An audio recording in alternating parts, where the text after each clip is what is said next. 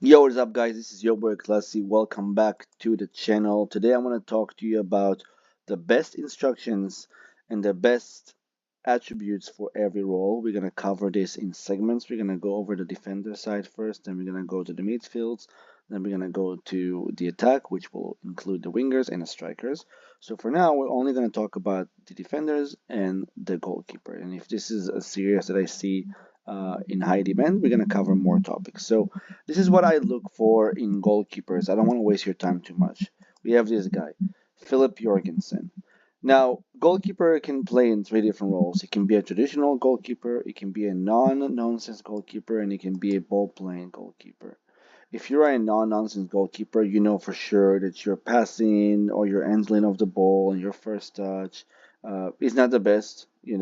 So you cannot rely on those much. You can rely on your reflexes, you can rely on your positioning, you can rely on your agility, and your aerial reach. Usually, the really really tall goalkeepers that can really like go down and be reacting to things the way that Courtois does, for example, from Real Madrid. He's like a beast. He's like a six, I don't even know, 6'5", 6'6", and he's going crazy. So not everybody can be a Courtois. You can be a traditional goalkeeper, which does require you to have some sort of like ball playing with your feet or some sort of one-on-ones and throwing at the ball and making better decisions. Uh, but not as much as ball playing goalkeeper. I guess ball playing goalkeeper is the most aggressive of the bunch. You can see how it asks for a lot of attributes, as you can see, not only the reflexes and positioning and the agility of a non-nonsense goalkeeper, but now it's also asking you to be more playing with your feet.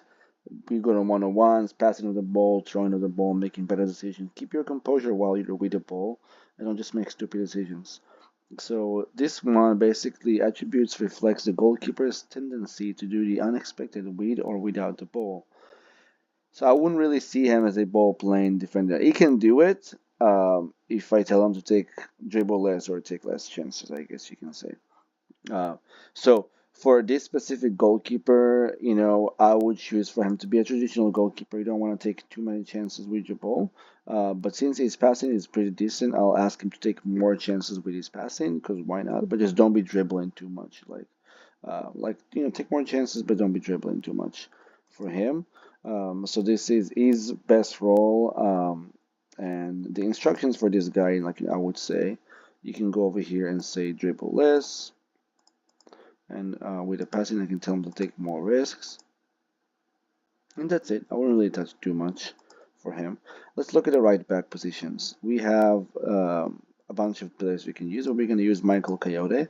Now with the fullback positions here where it gets interesting, you have the fullback position, wingback, inside fullback, and playmaking wingback. So they changed it a little bit. If you go to Coyote right now, he's a really beast.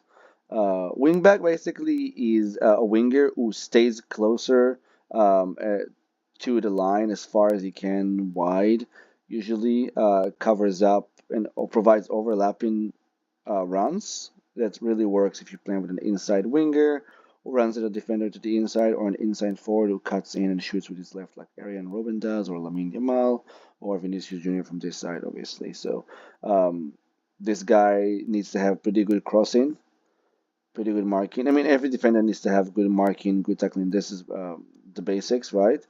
But you most likely want to have a lot of pace and acceleration so you can just bump up and down like crazy all day. So with that comes the stamina. It also comes the work rate, obviously. Those are required. Fullback is more a player of you can tell him to go wide, you can tell him to go narrow. Usually when I'm playing with fullbacks, I go narrow. I like to go fullback winger and a wingback inside forward to basically have a balance on the side. You always want to have balance. Inside wingback is basically a player who is going to be cutting inside with the ball, but not really playing with the ball too much as the playmaker does right here. As you can see, just look at this screen real quick. You see the inside wingback doesn't really need to cross the ball too much, right? Because he's gonna be more on this side. He's gonna be cutting inside, but playing as another defensive midfielder. So basically, this works better if you have a box-to-box midfielder on the DM position who goes forward. This guy can go forward, but only occupy his position. This, for example, in terms of balance, works better when you have a winger. Because think about it, you have a box to box who goes forward.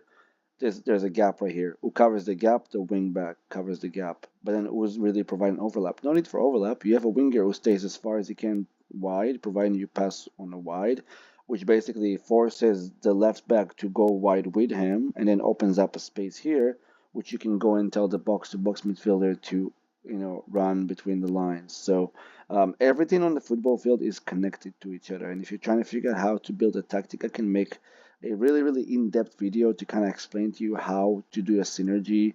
What can you do in a tactic that's going to prevent you from imbalances? We can go over this at some point. Obviously, playmaking wingback is a guy who's more comfortable on the ball, just like any playmaker would be. Passing, crossing, dribbling, obviously, really, really good. Inside fullback, I don't really use as much. Unless I have a really, really bad defender, but a real, I mean, I guess the best way to say it, if I have a bad fullback, was not really traditionally really good on the ball, really good on crossing or dribbling or having a good first touch, I don't want him to go forward. He's only going to ruin shit. So I'm going to go over there and tell him to stay back as much as possible. He's going to cut inside. If you have a player like Sergio Ramos, basically, or Van Dijk, who are comfortable on the ball, you can tell him to be advanced center back, which we're going to get into this in a second. But you realize what the positions are for the wing back on the left, on the right. All these things are really, really important. If you are a team relying on playing through the wings, you want your fullback or your wingback to have good stamina, good pace, good crossing, obviously, good technique and flair and vision. That can always help. And of course, the work rate and the stamina. So these are the most important things for the wingbacks. We also cover the best roles. It depends. The best role actually depends on each player. For this specific player, analyzing the attributes allows us to know the best role. So I'm sure you guys can do it. I'm sure you guys know how to analyze attributes. If you are a fan of football, I believe in you, and I want you to believe in yourself. Now, with center backs, there are a couple things you can do. You have this guy as a center back, right? We'll take him for example. This guy is actually more flexible because he can play left, he can play on the wing, but he can also play as a center back. I like him as a center back because his crossing is not the best, his technique is not the best. It's good, but it's good for a center back. But his numbers are here actually wild. Stamina, strength, pace, jumping reach, balance. You are a beast in the box, and it's all I want you to do. Okay? Now, he is an overlapping center back. The difference between him and a ball playing defender is this. See the crossing? Look at this section. Crossing. It doesn't really require much of stamina or strength or all these things as a regular center back ball playing defender does. Because if you look at this now, it requires more acceleration. This is like one of the most demanding positions. But if you compare this to an advanced center back, you see, you still have some more things to do, but you don't really need to have acceleration really as much because in advanced center back, you're mainly going to go to the defensive midfielder position that we just talked about it. So if I were to play him as an advanced center back who's going to be playing as a defensive midfielder basically, then I would want to have the right back to kind of cover his position if he's really bad on attack. So that's one of those things you can do. No nonsense center back is a player who really doesn't require much. You literally just need to have good jumping reach, good positioning, tackling, marking, heading. As a no nonsense center back, you are so bad on the ball. You're really bad going forward. You cannot really be a wide center back because you don't really have the crossing abilities and the dribbling abilities that you require. You're basically a player who's simply just going to be a strong player who's going to be in that area and just cover that area. When you get the ball, you're probably going to do short passing and stuff like this. You're not going to do much more than that as a center back. So if this guy, for example, had all of these things really, really bad and he only had heading, marking, tackling, as a non-nonsense center back, I would probably tell him to go like this. And I would go in terms of instructions. I would tell him, yeah, dribble less, make sure. I'm also going to tell him to, you don't have to really do this, right? Shoot less often. He's not really going to go forward as much, but there's not much you can tell him. I mean, it really depends. If you're trying to like widen up your backside, you can tell him to play wide. But naturally, he knows he's not going to be able to do much, so he's not going to do that. So for example, with this specific tactic, if I know that Coyote is really, really good going forward, I would want this guy. Okay, let me need to do position in possession. It needs to be like a ball playing center back, and I'm also gonna tell him to stay wide. This guy's also gonna stay wide. I just like to widen up the backside because it helps us control more of the position. This is what I like to do as well. So, but like I said, you have also the out of position. So in the out of position section with the goalkeeper, again, you can be a sweeper keeper or a line holding goalkeeper. Where is the difference? What is the difference between a line and I'll explain right now. If you are a traditional goalkeeper, which he is, I don't think he should be a traditional goalkeeper out of position. I really think he should be a sweeper keeper because of his agility, of his speed, of or anticipation and decision making is pretty good. Reflexes, rushing out tendencies. It's 14. He likes to rush out. He's good at this. He relishes in the 1v1s. So it's 15. It's pretty good. It's really high up there. Commanding the area. He can command his defenders and just confidently go out. I would play him as a sweeper keeper. But if you look at his screen real quick and you switch to line holding goalkeeper, you see what changes? Suddenly you don't really need the acceleration and you don't really need to have this eccentricity because you're not really relying on those things anymore, right? You're not really that fast. You can't really come out of the box. Your one-on-ones is really, really bad. You're not really, in terms of tendencies for rushing out, you don't really do that. It's not your style as a goalkeeper. And then so don't rely on those. For him specifically, I identified his attributes. I'm gonna make him a sweeper keeper, right? Especially if you're playing with a high line, you want to have a sweeper keeper.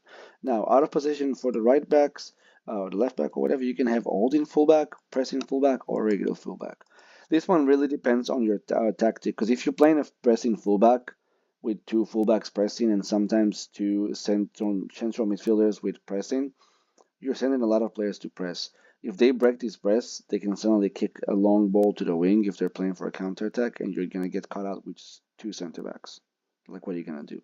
So you gotta make sure that your fullbacks are actually fast, with a good understanding of and positioning. This is something you want to do. In terms of this one, as a regular fullback, is balancing between pressing and holding. If you don't want him to take too many chances, you can just press holding, and you can see the difference if you look at the screen again. Suddenly, you don't really need aggression or anticipation because you don't really need. So you do need anticipation, but not as much as I think as you would need it as a pressing fullback to anticipate when to press and when not to press. But again, you don't really need work rate or pace or anything like that because you don't really like bumping up forward that much.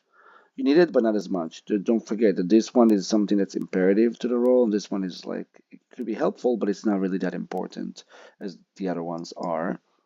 So really just depends on the tactic specifically what you want to do, but now you identify these positions. If you're looking at this one, now this is one of my favorite things to do out of position. Now this year they really, really changed it. They really improved it.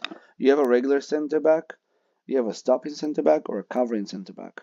The stopping center back will be the same basically as the fullback who's pressing because as a stopping center back, all you're doing is really rushing out to try to stop them from getting to this area early. But if you're missing your tackle or they're doing a quick 1-2 and they just passed you, somebody can run behind you. So only if you have a center back who has pretty really good understanding of his positioning and the marking and is able to make the right decisions of when to go out, when not to go out, and anticipate it, really good concentration, do it. But unless he does this, just put him as a regular position. This one specifically is for the holding fullback, but if you're looking at this specifically, it's the same thing. It's anticipation, it's decision making, and all those things. So this one is for the covering wide center back. You also have regular wide center back. You have a stopping center back. So it goes really, really, really deep if you go into this position, right? Covering center back. All these things are available. Really depends on the formation and how many players you have at the back. If you have three players at the back, you're more likely to see the wide center back position. Um, and then if you're playing with two, it's not really going to show up.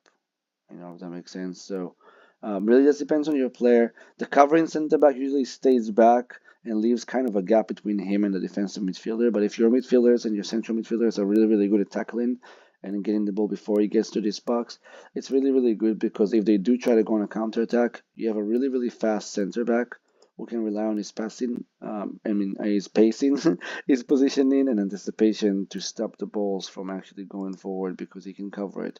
You have really, really good center backs. This guy is really fast. For example, you have this left back, right? Is a beast. He's really a beast. Like 17. All of my entire back line is actually crazy. 17, 16 in terms of passing. I'm playing with a really, really high line because I can do that. That's how I built my team. By the way, if you want to see how I actually built this team, this is Villarreal 5 years into the future. You can literally just look at my playlist or just look at one of the latest videos I posted or simply type in Villarreal 5 years into the future Wonder Kid Factory, your boy Classy. If I remember to do that, I'll actually link it up on the top right side of the screen right now. But I can actually show you how I built this. And then, I have pretty good center backs, but this guy would be right here. This one actually needs to be on this side. And you have tape, 17. So my entire backline is actually like, I don't even know how to explain it. 16, 17, 17, and 17. Like literally one of the best, one of the fastest defensive uh, backline in the entire world. Not to mention Jorgensen is actually pretty fast as well. 12 for goalkeeper is not bad, 16 agility. So we pretty much covered everything on the back line. This video gone longer than I expected, but I really like to go in depth and in details.